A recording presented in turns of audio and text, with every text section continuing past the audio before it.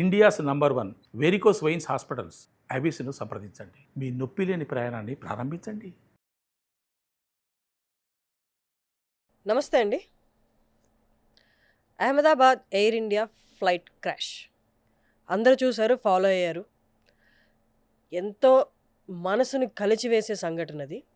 నేను అక్కడికి వెళ్ళాను, స్పాట్లో ఉండి మొత్తం అక్కడ క్లియర్ చేయడము, బ్లాస్ట్ జరిగిన బిల్డింగ్స్, ఆ లోపల నేను వెళ్ళే టయానికి కొన్ని బాడీస్ కూడా అక్కడి నుంచి తీసుకెళ్ళిపోవడము, ఎవరైతే చనిపోయారో వాళ్ళ బాడీస్ని కూడా తీసుకెళ్ళడము, ఇవన్నీ దగ్గరుండి చూశాను నేను. ఇవన్నీ చూసిన తర్వాత చాలామందికి అసలు ఇలాంటిది ఎలా జరుగుతుంది, ఎందుకంటే మనం ఏ కమ్యూటేషన్ తీసుకున్నా, ఏ ట్రావెల్ తీసుకున్నా ఎంతో కొంత రిస్క్ ఉంటుంది. కానీ అత్యంత తక్కువ రిస్క్ ఉన్న ఏకైక ట్రావెల్ ఏంటి అంటే, ఏకైక కమ్యూటేషన్ ఏంటి అంటే ఫ్లైట్. దాంట్లో 99% సేఫ్టీయే ఉంటుంది, 1% మాత్రమే రిస్క్ ఉంటుంది. ఓకే, వీళ్ళు ఇలా రిస్క్ తీసుకున్నారు అంటే వాళ్ళకి తెలుసు 1% రిస్క్ ఉందని, ప్రతి ట్రావెల్ చేసే వ్యక్తికి తెలుసు. కానీ ఎక్కడైతే ఫ్లైట్ క్రాష్ అయిందో, ఏ హాస్టల్ మెస్ మీద అయితే క్రాష్ అయిందో, వాళ్ళు ఎలాంటి రిస్క్ తీసుకోవట్లేదు లైఫ్లో. ప్రశాంతంగా వాళ్ళ జాబ్ వాళ్ళు చేసుకుంటున్నారు. క్లాసెస్ నుండి అటెండ్ అయ్యి వచ్చిన వాళ్ళు లంచ్ చేస్తున్నారు. అందులో డాక్టర్స్ కూడా ఉన్నారు. ఏదైతే మెస్ మీద పడిందో ఆ మెస్కి ఆనుకొనే 4 బిల్డింగ్స్ ఉన్నాయి, మనం పిక్చర్స్లో చూడొచ్చు. ఆ 4 బిల్డింగ్స్లో ఫస్ట్ బిల్డింగ్లో ఏదైతే బాగా డ్యామేజ్ అయ్యిందో ఫ్లైట్ క్రాష్లో, ఎక్కువ శాతం క్యాజువాలిటీస్ నమోదయ్యాయో, చనిపోయినట్టు నమోదయ్యాయో ఆ బిల్డింగ్ నుండే నమోదయ్యాయి అనమాట. ఆ బిల్డింగ్లో ఉన్నది చాలా వరకు సూపర్ స్పెషాలిటీ డాక్టర్స్, అంటే ఆల్రెడీ ప్రాక్టీస్ చేస్తున్న డాక్టర్స్. ఇది కాలమా, దేవుడా, యూనివర్సా, మీరు ఏ పేరు పెట్టుకున్నా పర్లేదు, ఎవరు ఇలాంటి రాత రాశారు? అమాయకులు చనిపోయారు, 1% రిస్క్ తీసుకున్న వాళ్ళు చనిపోయారు. అందులో చిన్న చిన్న పిల్లలు ఉన్నారు. మన సుమన్ టీవీ విజువల్స్లో మీరు చూడగలిగితే మనసుని కలిచివేసే దృశ్యాలు అక్కడ ఉన్నాయి. ఇదంతా అందరు చూశారు, తెలిసిందే. ఇప్పుడు నేను మీ ముందుకు వచ్చి మాట్లాడడానికి కారణం ఏంటి అంటే, నేను ఆ ప్లేస్కి వెళ్ళి ఆ ప్రదేశాలన్నీ చూసిన తర్వాత ఖచ్చితంగా మానవ తప్పిదాలే కారణం అని 100% మనం చెప్పడానికి లేదేమో అనిపించింది. అక్కడున్న వేదన, రోదన, మిస్ఫార్చ్యూనా, వాళ్ళు మనం సేమ్, వాళ్ళు మనుషులే, మనం మనుషులే. మనం కూడా ఫ్లైట్కి చాలాసార్లు ఎక్కుంటాం. వాళ్ళకి మనకి తేడా ఏంటి? వాళ్ళు మిస్ఫార్చ్యూనా, వాళ్ళు ఇల్ ఫేటెడా, మనం లక్కీయా? మనం లక్కీ అని ఎందుకు అనుకోవాలి? డౌన్ ద లైన్ డెత్ అనేది అందరికి ఇన్నెవిటబుల్లే కదా. మరి వాళ్ళు చేసుకున్నది ఏంటి, మనం చెయ్యింది ఏంటి? ఇలాంటి చాలా క్వశ్చన్స్ ఎదురయ్యాయి అలాంటి ప్లేస్లో ఉండడం వల్ల అనుకుంటా. ఎక్కడైతే బ్లాస్ట్ జరిగిందో, ఎక్కడైతే నిప్పులు 7-8 అంతస్తులకి చెలరేగి అక్కడికక్కడ ఏమి జరుగుతుందో అసలు రియలైజ్ అయ్యే లోపల దగ్నం అయిపోయిన బాడీని చూసి వచ్చిందా. అక్కడి నుంచి బయటికి ఇవన్నీ ఆలోచిస్తూ వస్తూ ఉంటే చాలా కోఇన్సిడెన్సెస్ కనిపించాయి.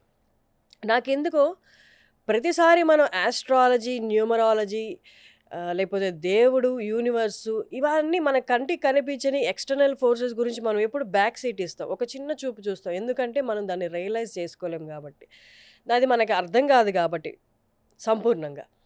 కానీ అక్కడికి వెళ్ళి వచ్చిన తర్వాత చాలా కోఇన్సిడెన్సెస్ నాకు అనిపించాయి. ఆ కోఇన్సిడెన్సెస్ చాలామందికి నేను తర్వాత మాట్లాడుతుంటే ఈవెన్ నాకు కూడా అనిపించింది అని కొంతమంది చెప్పారు. మీలో కూడా ఎవరికైనా ఇలాంటి కోఇన్సిడెన్సెస్ అనిపిస్తే ఒక్కసారి మనం రీచెక్ చేసుకోవాల్సిన అవసరం ఉందేమో.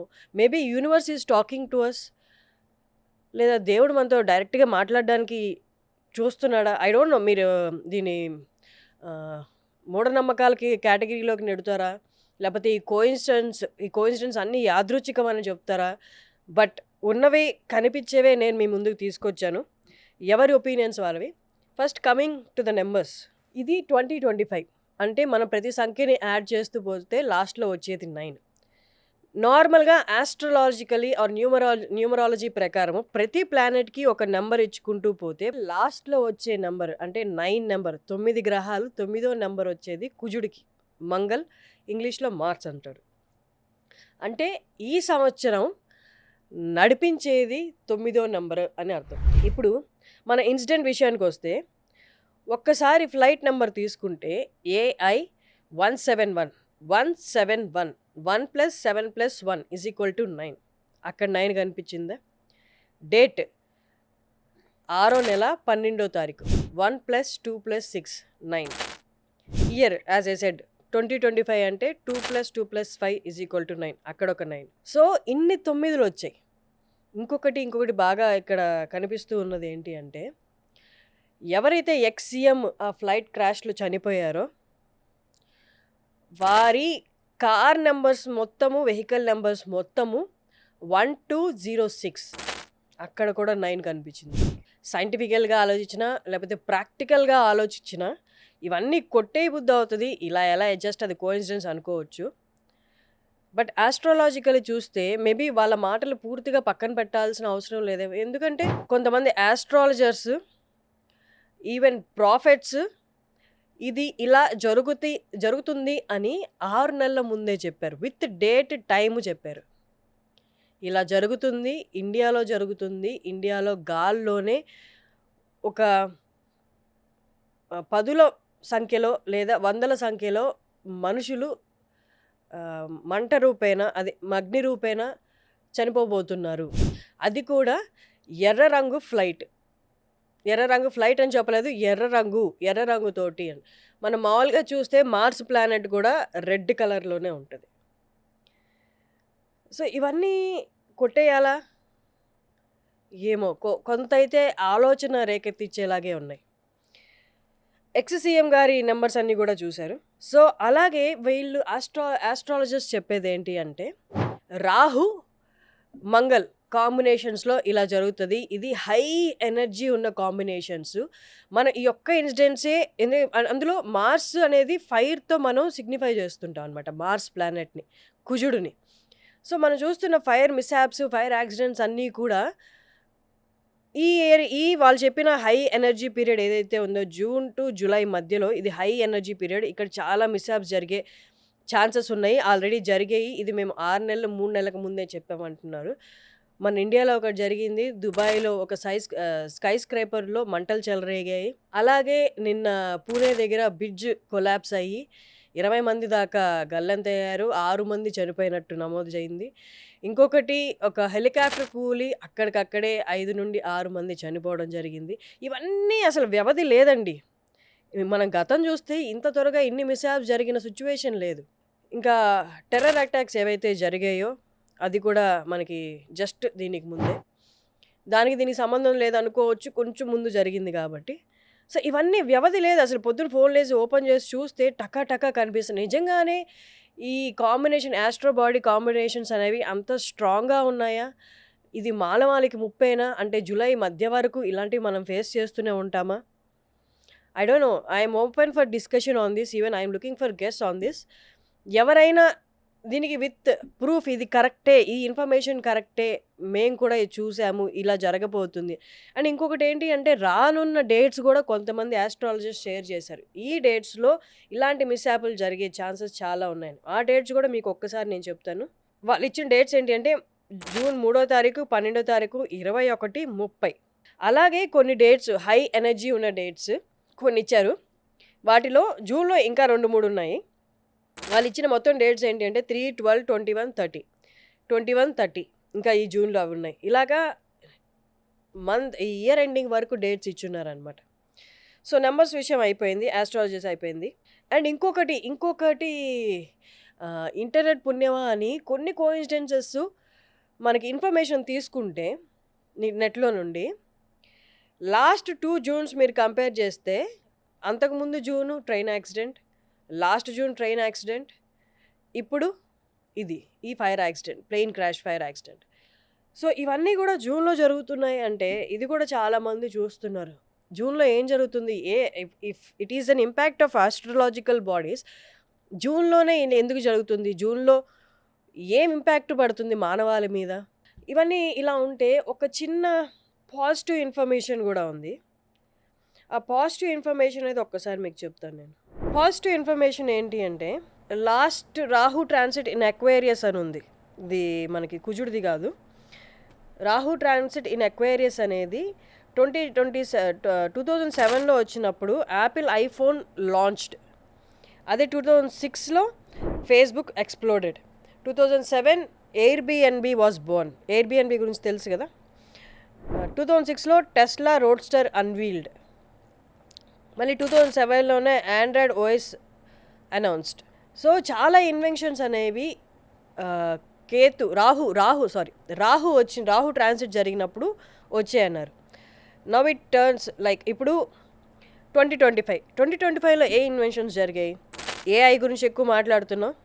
Quantum devices, hologram phones, alien technology, new social systems, ఇలాంటివి. సో అంటే రాహు ట్రాన్సిట్లో మనకి ఇలాంటివి కొత్తవి రాబోతున్నాయి, కొత్త లాంచెస్ జరిగిపోతున్నాయి టెక్నాలజీ వైజ్. వేరాజ్ ఈ కాంబినేషన్స్ రాహు అండ్ మంగళ్, కుజుడు, మార్స్ కాంబినేషన్స్ చూస్తే మనకి ఇన్ని మిస్యాప్స్ జరిగాయి సోఫార్. ఇంకొకటి బాగా నేను చూస్తున్నది, బాగా వింటున్నది ఏంటి అంటే, చాలామందికి తెలిసే ఉంటుంది, ది సింప్సన్స్ అనే ఒక షో ఉంది, హాట్స్టార్లో ఉంది రైట్ నో. ఈ సింప్సన్స్ అనే షోలో ఫ్యూచర్లో ఏం జరగబోతుంది అనేది 2001 నుండే చెప్పుకుంటూ వచ్చారు. అందులో ఏమేమి వాళ్ళు చెప్పారు అంటే, దుబాయ్ అంటేనే మనకు అందరికి తెలుసు కొంచెం వర్షాలు తక్కువ అనేది. అలాంటిది దుబాయ్ని ఒక వర్షపాతం లేదా వీళ్ళ క్లౌడ్ టెక్నాలజీ ముంచి లేపుతుంది, వాటర్లో దుబాయ్ మొత్తం మునుగుతుంది అనేది అదొకటి జరిగింది. అండ్ ఎలిజబెత్ II చనిపోయే డేట్ కూడా సింప్సన్స్ షోలో రివీల్ చేశారు. అలాగే యుఎస్ ప్రెసిడెంట్ ట్రంప్ అవుతారని ఆయన లాంటి ఒక కార్టూన్ పెట్టి ఆ షోలో చూపించడం జరిగింది. ఇంకొకటి ఇలాన్ మస్క్ అనే ఒక వ్యక్తి, అంటే పేర్లతోటి కాదు, మనం ఆ కార్టూన్ చూస్తే మనం ఇమీడియట్గా రికగ్నైజ్ చేయగలం ఇది ఈ పర్సన్ అని. ఇలాన్ మస్క్ కూడా ప్రెసిడెంట్ అవుతాడు అన్నట్టు కూడా చూపించింది అనమాట. సో ఇలాంటి చాలా కోఇన్సిడెన్సెస్ ఈ ఇన్సిడెంట్ తర్వాత కనిపిస్తున్నాయి. ఇంకొక మెయిన్ ఇన్సిడెంట్ ఇమీడియట్గా క్రాష్ అయిన తర్వాత మనకి కనిపించింది ఏంటి అంటే, మిడ్ డే అనే న్యూస్ పేపర్లో ఎయిర్ ఇండియా ఒక బిల్డింగ్లో నుండి క్రాష్ చేసుకుంటూ బయటకు వస్తున్నట్టు కనిపించింది. అది మీరు స్క్రీన్ మీద చూపిస్తున్నారు, చూడొచ్చు. ఇది ఆ రోజు పొద్దునే పబ్లిష్ చేశారు. ఈవినింగ్ మధ్యాహ్నం అరౌండ్ 1:30కి ఈ ఇన్సిడెంట్ జరిగింది.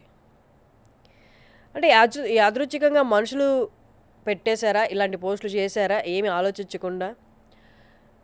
మన మధ్య ఉన్న ఆస్ట్రాలజర్స్ అనాలా, లేకపోతే లైట్ వర్కర్స్ అనాలా, వీళ్ళందరికీ ఆల్రెడీ ఫ్యూచర్ కనిపిస్తుందా, కొందరికి కనిపించట్లేదా? లేకపోతే ఇవేమీ కాదు, మానవాళికి అంత శక్తి లేదు ఫ్యూచర్ని చూసే అంత అనుకుంటే? Universe is telling us something. మనకి చాలా వరకు తెలుసు యూనివర్స్ ఎప్పుడు నెంబర్స్ ఫార్మాట్లో మాట్లాడుతుంది అని.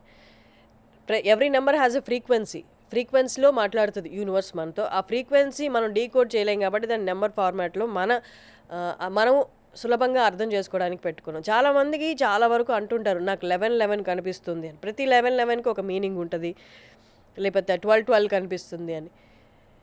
ఈ 9 అనే నెంబర్ అనేది ఇంత కోఇన్సిడెన్స్లో రావడానికి is universe telling us something? అది మనం ఇగ్నోరెంట్గా ఉన్నామా, రికగ్నైజ్ చేయలేనట్టుగా ఉన్నామా? ఇంత ఎవిడెంట్గా ఇంత కోఇన్సిడెన్సెస్ పాస్ట్ ఎక్కడ ఇన్సిడెంట్స్లో మనకు కనిపించలేదు. So I thought this is something that should be discussed.